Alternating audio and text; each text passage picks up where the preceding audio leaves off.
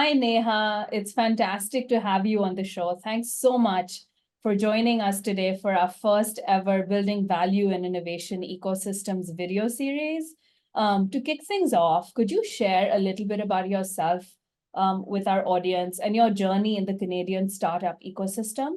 And what led you to become a partner at Renew VC?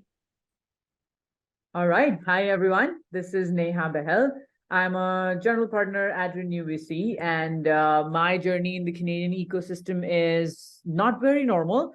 I've been working with startups for about 15 plus years. And before the Canadian ecosystem, I was in India, and I was a co-founder for an accelerator and a pre-seed fund, which was supported by Excel Partners. And moving on from that, while Canada was absolutely accidental, I moved to Canada in 2018 and happened to run an innovation center or a business incubator, the oldest business incubator in Toronto, for a federal program that was called the Startup Visa Program. And Startup Visa Program is pretty much called basically the fastest growing immigration program for entrepreneurs. The vision is to attract international entrepreneurs to be in North America and kind of play Canada to be the launch pad for the ecosystem. And that was my stepping stone for the Canadian ecosystem. And as a 4-month-old immigrant, I was pretty much running an immigration program.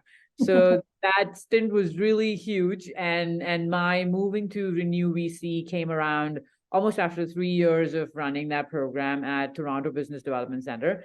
And my story of moving from TBDC to Renew is moving from the support side of the system to the empower side of the system. So here I am. I still advise a couple of designated entities for the federal program, but I am absolutely full-time partner at Renew VC. So let's talk a little bit about that. Obviously, you've had a very interesting journey to go from an operator, like you mentioned, the support side with the Toronto Business Development Center, to now the empower side at Renew.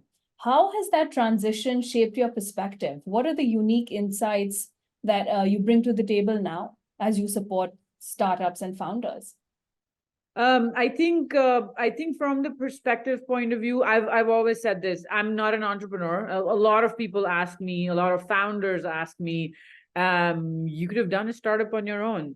I was never an entrepreneur. I was always an enabler, and I kind of stick to that. While I understand the hustle of the entrepreneur, I absolutely appreciate it. I can be a part of it and speak their language. I think the support side of the system kind of pushed me to the empower side of the system as well, because I saw there are flaws in the support system. And those can only be fixed with empowerment, which is fueling it with more money. So it's like, when you're supporting somebody, put your money where your mouth is. So that was my perspective. And I think it still stands corrected, where I believe mentorship and advisory is the backbone of any innovative startup for any founder, but it's still a very intangible thing. And that's valued if it is empowered or fueled by the dollars. So I think that's the switch I made. So as someone deeply involved in both the public and private sectors, right, you've supported startups, like you mentioned, through the federal programs with Startup Visa, and now moving into the private sector. What do you see as some of the most significant challenges currently faced by founders and entrepreneurs? And how can other support organizations and ecosystem builders effectively address those challenges? I think the major challenges, if we look at, I'm coming from a federal program perspective, so I'm coming from, everything government, what kind of support the government wants to provide to national or international entrepreneurs. And I think that the challenge comes where it becomes restrictive, and restrictive not by design. They want to help, their policies to help, their policies to create those kind of programs and support systems, but restrictive in the sense that they only know that much. It's like if you don't have the real feedback from an entrepreneur on ground of what they need and what they would aspire for, you can only sit 30,000 feet above the ground and kind of make those policies. I mean, one example with Startup Visa has been that I'm not directly involved, running the program, but the last collision we had our minister announcing a few changes in the program, and those changes, as somebody who's run that program and scaled that program, they were absolutely irrelevant. But it kind of shifts the waters. It brings that limelight, and that's what the government is about. They want to show what they're doing, and which is not wrong, but they could have been relevant. It's a business program, and Canada announced that eventually we will also give open work permits. If it's a business program, people are coming for their own business, and if you give them open work permits, means that they can come take jobs. It makes it a generic program. It's not specific. It's not.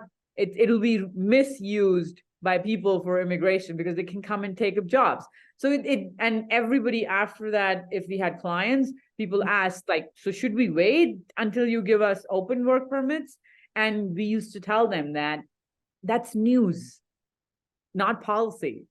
So news to policy will be a long, long time when it sees the light of the day. So I think those are the challenges that the government systems face. And I think the private support systems can totally curb that off, because those systems are built by entrepreneurs. That's the disruption, the private side has done for the, overall ecosystem. So even platform like OneValley, it's a completely different way to see how you get access. The vision of OneValley was, if you can't be in the valley can come to you. Right. So yeah. Yeah. So talk about those things a little bit more. On one end, you mentioned that there are well-meaning people in the public sector, but they are restricted by, they know what they know, right? And because they've not been operators, they're not close to the ground, they're not engaging directly with founders. Some of their well-meaning policy and regulation changes may not land as effectively as they want them to, right? Again, everybody's heart is in the right place. So, but at the same time, we know that some of these funding programs and these enablement programs through federal governments and the public sector are important, because capital is the lifeblood of any thriving ecosystem. So along with that, this focus on improving the ability for people to launch in Canada, right? For Canada to be a launch pad as a startup through the Startup Visa program, and some of the funding and capital that governments also provide. What other elements do you think are, what other elements or what other strategies should public and private sectors think about? Is there ways that they can work together to build a more robust ecosystem? What are your ideas about that? Absolutely, because that's what I'm saying. If you have the feedback from people on the ground, people who actually engage directly with entrepreneurs, with international entrepreneurs, with entrepreneurs in your own ecosystem, it turns the game around. It turns the tables. So like Canada has over 150 programs on non-diluted funding as well, but they're sitting in silos. So it still is an ecosystem of who knows who. So I always say that I know you does not mean I have access to you. But the innovation ecosystem, the ecosystem builders have that power to make that knowing you to be actually access.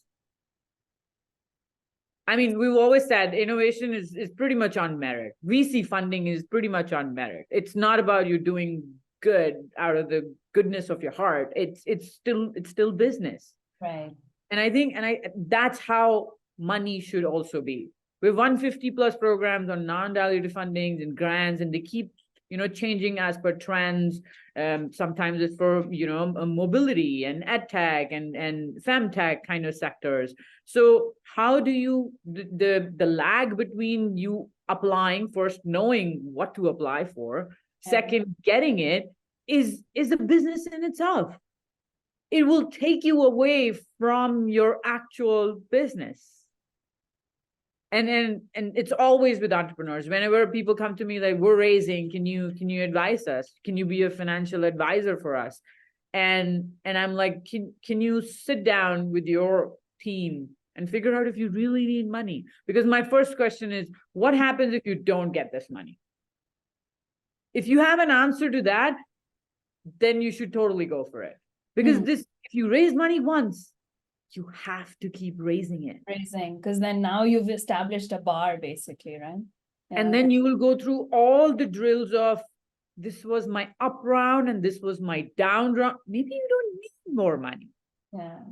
But if you raise a down round, it's a failed entrepreneur as such. Yeah. So talk about, I think you bring up a really interesting point, which definitely reflects the current sort of restrictive, if for a lack of a better word, VC funding landscape, right? Where money is not as freely flowing or available like it used to be. Valuations are not as crazy and as high as they used to be. There is this sobering that has occurred in the landscape. Are you excited by the sobering? Do you think that was a course correction that was a long time in the making?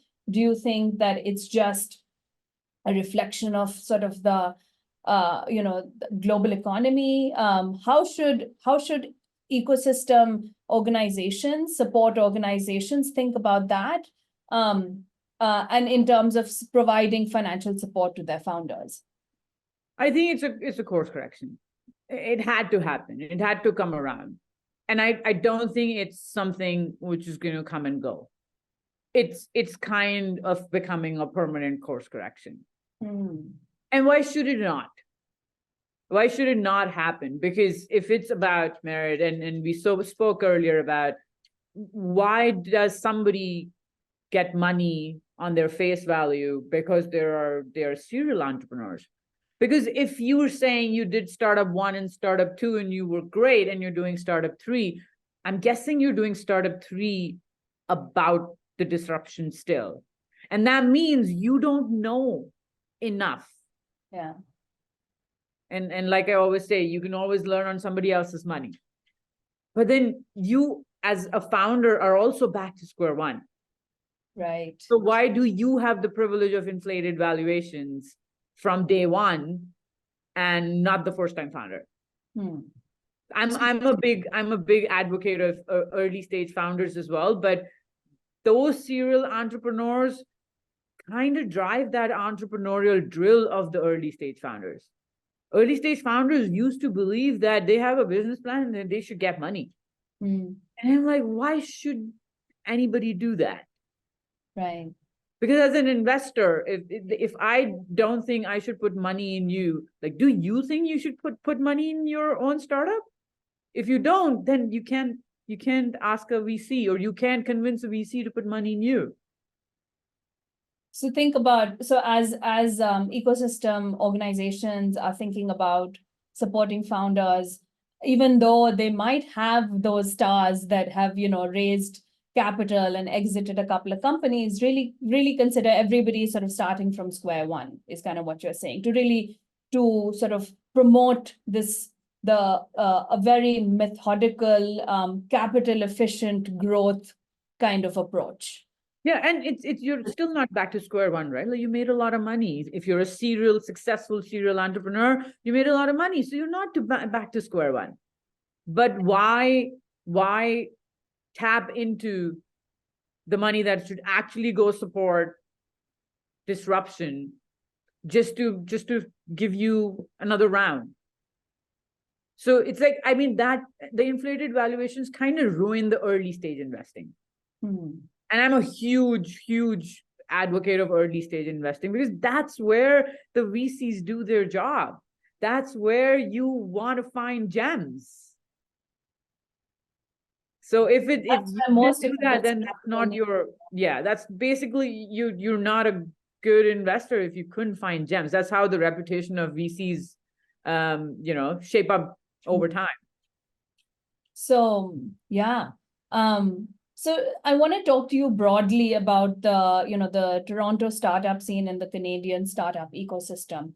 You said you joined as an immigrant in 2018, but you've been in the space for a while. You know some of the key players and some of the core organizations. What have you, like, over this last 5 years, and the world has significantly changed in the last 5 years. You've likely witnessed the evolution of the ecosystem. So what, in your view, as you've seen the ecosystem evolve, what in your opinion are sort of the key elements in successfully building and nurturing a thriving startup ecosystem? Talk about it from like a city or a regional perspective. What have you seen specifically in Toronto that has changed the game, that it is one of those, is really one of the rising innovation cities in the world today? I think what has changed, I mean, COVID gave us a lot of lessons on, the whole remote working, and it still works. Businesses still survived.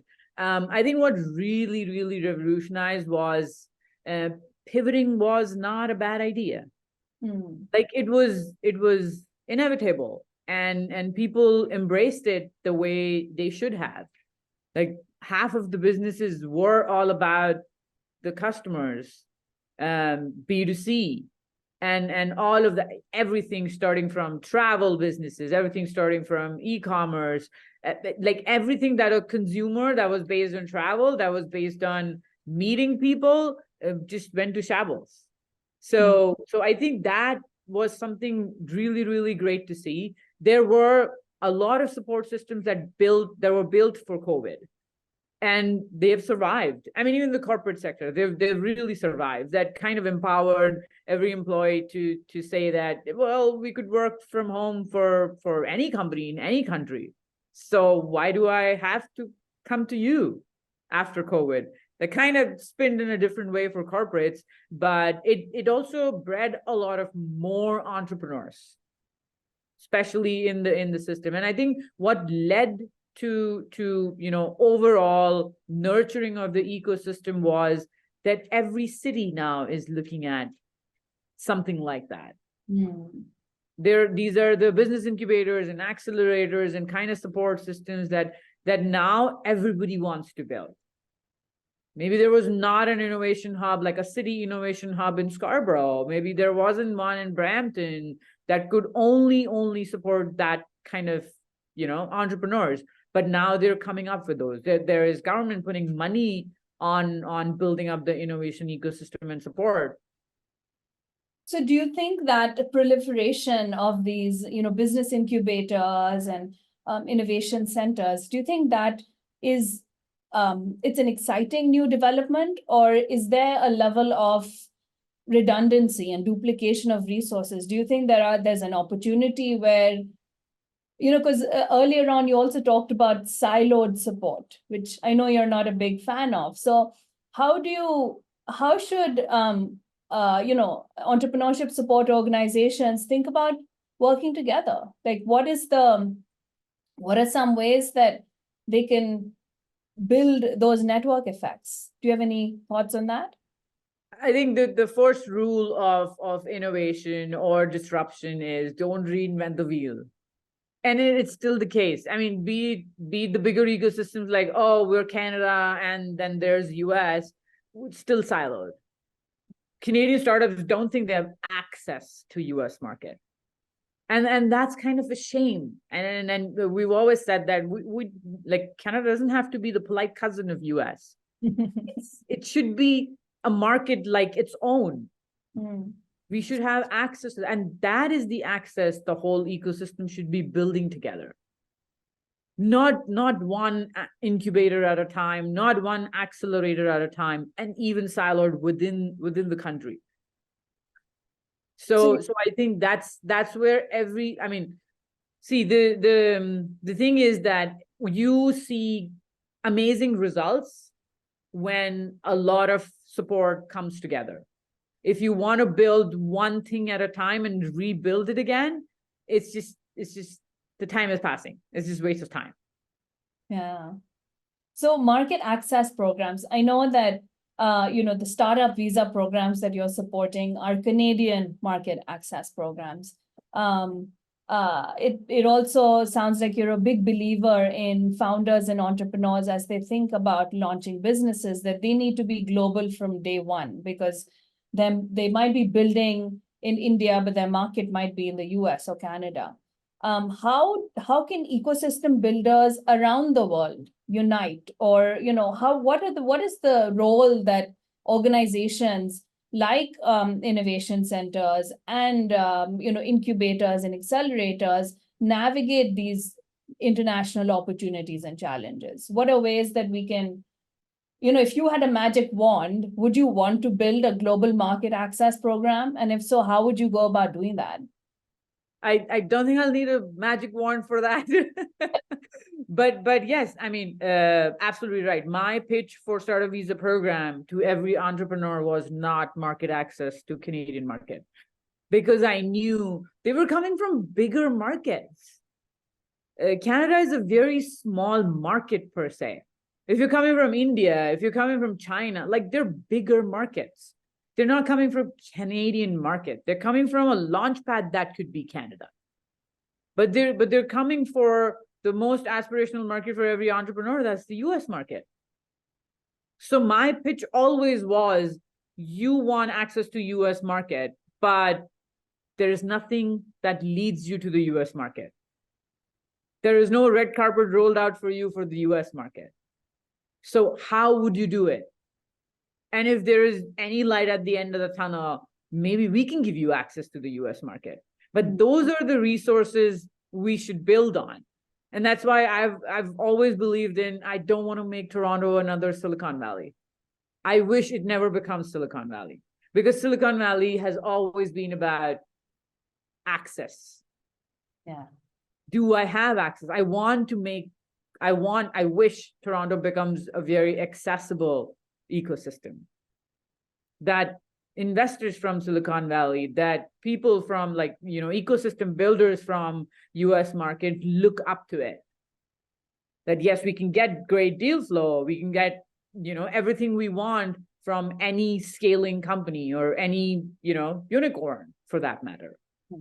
So where Toronto is almost like a global launch pad for aspiring and promising technologies and entrepreneurs that are around the world, and they come to Canada and then sort of spread their wings into the US from here. So how do we, what about folks that are on this side of the pond? So that are based in the US, incubators, accelerators, entrepreneurship support organizations, any stakeholder that's thinking of sort of building innovation ecosystems.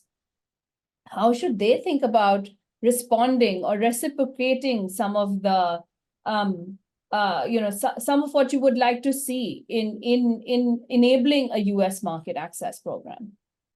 I believe it's give and take.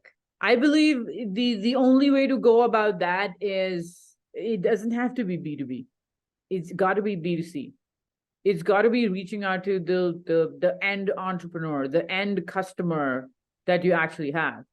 Because see, you have to sell something which is an aspirin, not a vitamin.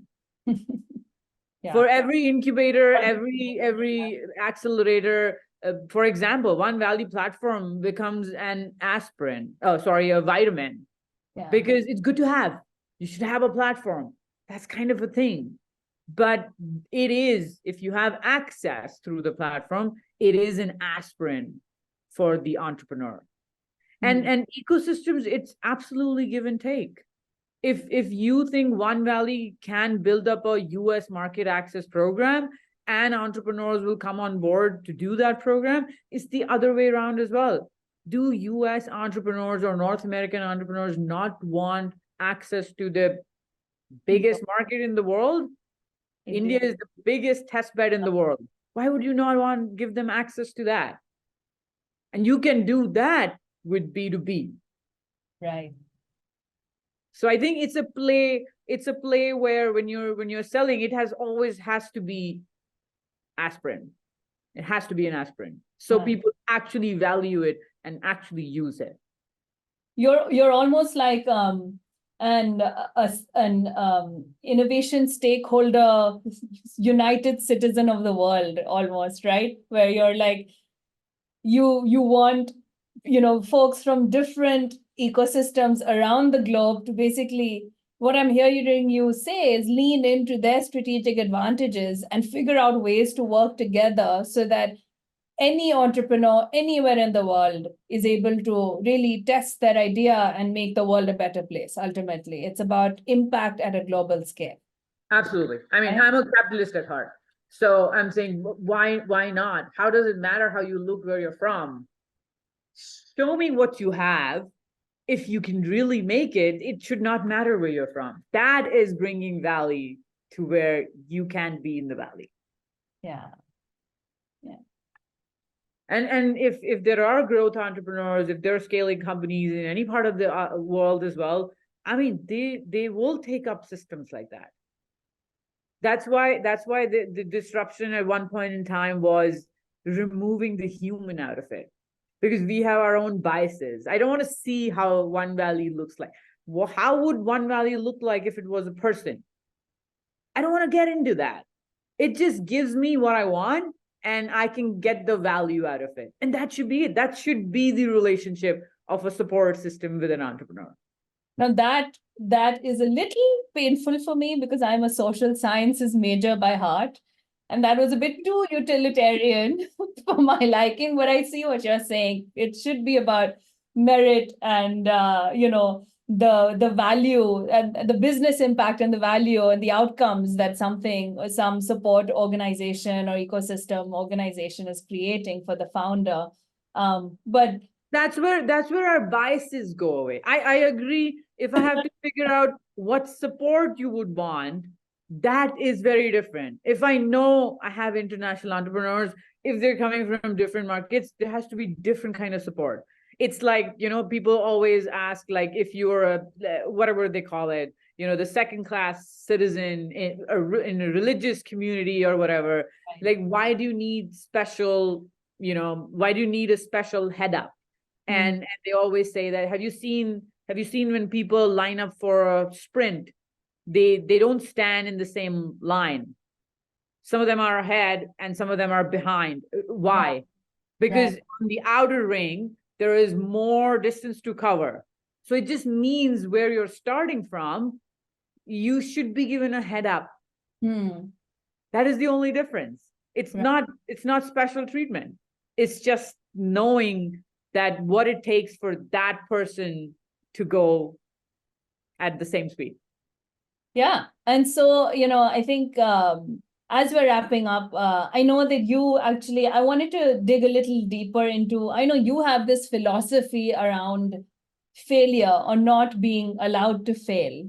How has that served you, in your roles as on the support side with TBDC and the Empower side with Renew VC, and as you think about, because we know that failure is important because it's part of your appetite for risk. If you're too scared to fail, you'll never risk, right? You'll never take a risk. So can you talk a little bit about how that value system has shaped your sort of approach to both supporting founders and on the venture capital side?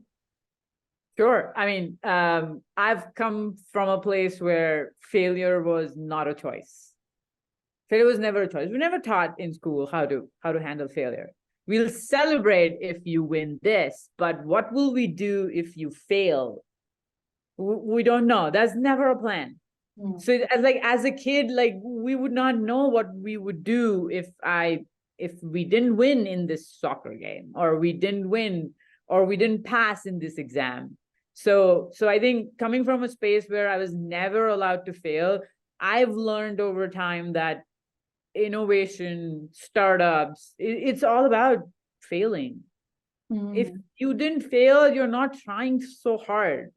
And it's also a matter of being married to the solution you build and not married to the problem you're solving. So if you're married to the problem you're solving, oh, trust me, you're gonna fail. But and personally, how I've evolved is like I'm in my late 30s, and at this point in time, every year I make a list of 10 things that I want to fail at. Because I want to feel the comfort I get in winning, the same comfort I want to feel that in failing. Because if you look at the timeline, you'd work 365 days for that one day of success. But that one day, if you did not enjoy 365 days, I mean, it's simple math. Yeah. If I actually lost 364 days sulking and hustling and only doing that for that one day, I might as well learn how to enjoy 364 days. Right. And that comes from failing. That absolutely comes from failing. So how can support organizations leverage that, because I know that a lot of times we tell founders to be comfortable in failure. We tell founders to be comfortable in the discomfort. How can support organizations also build that muscle? It is by believing that progress is excellence. Perfection is not. It's not about perfection. If you're going to break something, if you're going to disrupt something, it's not about perfection. It's not about excellence. It's only, are you moving? If you're moving, it's going to be fine. It's going to be fine one day if you have a purpose, if you have a focus, and you're deliberate about what you're doing and how you're doing it. Absolutely. It's like you have two systems drive our brain. One's a fast system and one's a slow system. There's a book that's called Thinking Fast and Slow. Oh, yeah. Fast is all about that intuition. Fast is all about right now, your stimulus right now. And slow is about deliberation. Slow is about logic and reasoning and rationale. They have to come hand in hand. Yeah. So, I know we're getting up on time here, but as we're wrapping up, Neha, what excites you the most about the future of the startup ecosystem in Canada? For this, I'm going to be a little biased for where I am. I think, and that comes from a very underlying thesis that I've always worked towards in the innovation industry as well, is that the societal good and monetary value are created by innovation, by startups, by entrepreneurs. And this is the time that you don't have to choose one or the other. That is what I'm excited about. And that's our vision for Renew as well, that you don't have to make money and not do good. You could do both at the same time. Consumers are not numbers. They're actual people. The moment you start treating them like that, it'll become something else. So I think I'm excited about how will it come together for the impact side of the industry. It's $1 trillion industry. Yeah. How will it come together to still have that societal good be answered for and make money? Yeah. Because VC is only about making money, which is great. Yeah. But you're a VC with a conscience, I think. Well, I would call it that. And I think we can probably have another very long and exciting conversation on impact investing and the future of that side. But hopefully we can have you back with us for another conversation, Neha. But this has been a lot of fun. Thank you so much. I've learned a lot from you, and I really enjoyed just diving in deep. And if there's anything that you want to share, sort of last words with people who are trying to build innovation ecosystems in their regions, any words of advice as they're, you know, digging I into think this is, I'm gonna copy one of my partners at Renew VC, and he's a product person, he's a brand person, he's great at what he does. And there's only one thing I say about entrepreneurs. That's my advice. Don't be stupid. If it makes sense to you, it'll make sense to everybody else. You don't have to be stupid. You have to have a bigger vision of what's going to take you from 0 to 1, because what value 0 to 1 brings, 1 to none brings that kind of value.